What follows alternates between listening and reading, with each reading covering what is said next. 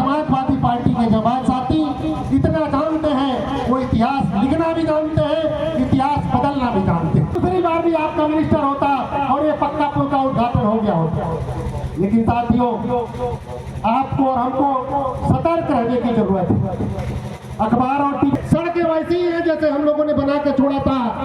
अब जाकर के कहीं कहीं पेड़ की कटाई शुरू हुई है कि चौड़ीकरण किया। उनको समाजवादी पार्टी से विधायक बनाया था रिजवी साहब के आग्रह पर। इनकी विधानसभा में पूर्व में स्पोर्ट का मैंने देखा था, वहाँ खड़ा होकर के फोटो खिंचवा रहे थे।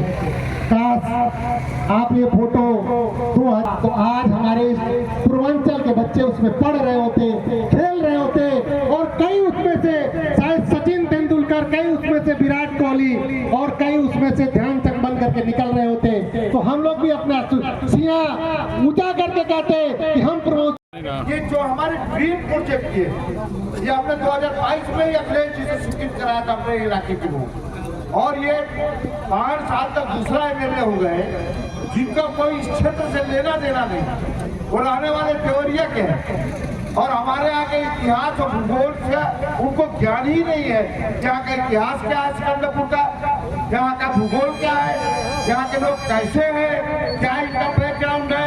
अभी पूछा जाए राम बहादुर यादव को कौन है, खरीद के उनके घर चले जाऊंगा अकेले, अगर चले जाता हूँ पूरा नहीं जा सकते उनके दरवाजे पर, जा ही नहीं सकते भाई, किसी को देखा ही नहीं, क्योंकि वो इस हमारे जनपद के नहीं है, वो देवरिया के है। उनको कोई मोह यहाँ अस्पताल चलेगा कि नहीं चलेगा, पक्का पुल बनेगा कि नहीं बनेगा, दीपा पुल समय से लगेगा कि नहीं लगेगा, और ये मंडी बनेगी कि नहीं, अग्निशामक केंद्र बने, अरे कोई किसी चीज पर उनका कोई मतलब ही नहीं। उनका मंत्री आता है यही बोल के गया, इधर से गुजरा, हिम्मत नहीं हुई दिखाते कटार नहीं दिखा पाए, और वो बयान दे दिया कि अगरबत्ती जलाओ कटार खत्म हो जाएगा। बताओ, जैसे मोदी जी थाली बजा करके कोरोना भगा रहे थे, उसी तरह से सुभाष भाई ये अगरबत्ती जला के कटार भगा रहा। ये हालत है इस सरकार। ये सरकार पूरी तरह से किसान विरोधी, नौजवान विरोधी, व्यापारी विरोधी, गांव विरोधी और पिछड़ा विरोधी है। ये आपके आरक्षण को और आपके लड़कों के भविष्य को चौपट कर रही, खत्म कर रही। इसलिए आपको सचेत होने की जरूरत है। और जब आप एक बार एक्सीडेंटल पर आपने प्रतिनिधि बना दिया, पिछली बार ऐसे लोगों को भी सचेत रहना पड़ेगा, ऐसे लोगों को नाव पर चढ़ा के देवरिया भगाना पड़ेगा, नहीं तो इस क्षेत्र का और दुर्दशा हो जाएगी। ये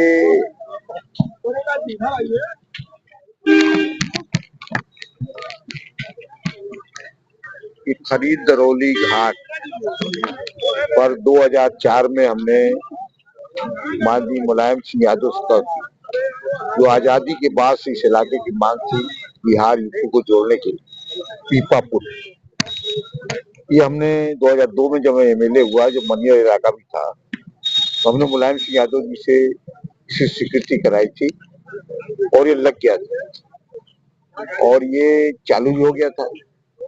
वो बात दुर्भाग्य है कि जब हमारी सरकार रहती है तो कोई धरना प्रदर्शन जो अपने समय से सारे अधिकारी लोग लगा भी देते, अच्छे तरीके से चालू भी हो जाता पुल। और जब भी सरकार नहीं रहती, चाहे बसपा की सरकार है तब भी हमको धरना देना पड़ा और बीजेपी की सरकार में भी हमको धरना देना पड़ा। अभी ये 2 महीना लेट हो गया, उसका कारण विभागीय कमजोरी के कारण हुआ। पिछली बार हमारे बहुत कर्मठ है यही साहब, वो स्लीपर पिछली बार बहुत टूटा हुआ था, खुद कहे कि बहुत खराब है और किसी तरह से वो लकड़ी लगा करके चालू किया गया था। तो हमने प्रयास किया और इन्होंने बहुत प्रयास किया, ये पन्ना लाल जी ने, तो 1,66,00,000 रुपया सरकार ने स्लीपर के मद में इसमें स्वीकृत किया। ये अगस्त में ही हो गया, अगस्त में पैसा आ गया, मगर यहाँ के एसी साहब और वो लोग उसमें देर विलम्ब हुआ टेंडर करने में। अगर टेंडर ये अगस्त सितंबर में भी कर दिए रहते तो आज हमारा पुल चालू हो गया रहता। अब विभागीय लिखा कि फिर हमने लिखा पढ़ी किया तो अब तेजी आई है। अभी आकर के एक्सीएम साहब ने अवगत कराया कि टेंडर खुल गया है और 1 हफ्ते में इसकी कार्रवाई हम कर देंगे। और ये पुल चालू कर देंगे, क्योंकि ये जनता से जुड़ा हुआ पुल है।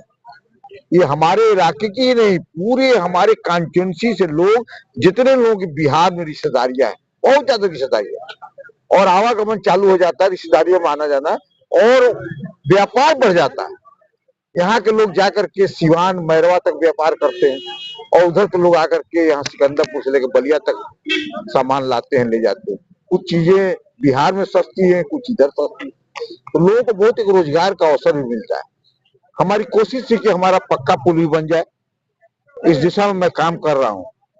और सरकार अगर हो गई रहती तो अखिलेश यादव अब तक उद्घाटन कर चुके होते, मगर अभी तक इसका दुर्भाग्य है कि सरकार न होने के कारण वो पड़ा हुआ है। अभी हमने बहुत प्रयास किया तो 9 पिलर और बढ़ा है, जो कटान हो रहा था, और बहुत जल्दी इस पर भी पैसा हम लगे हुए हैं। अभी बजट सत्र चलेगा तो इस मामले को मैं सदन में भी उठाऊंगा और पैसा स्वीकृत करा करके इस पक्के पुल में भी तेजी से काम कराने के प्रयास करूंगा। सीएम योगी ने कहा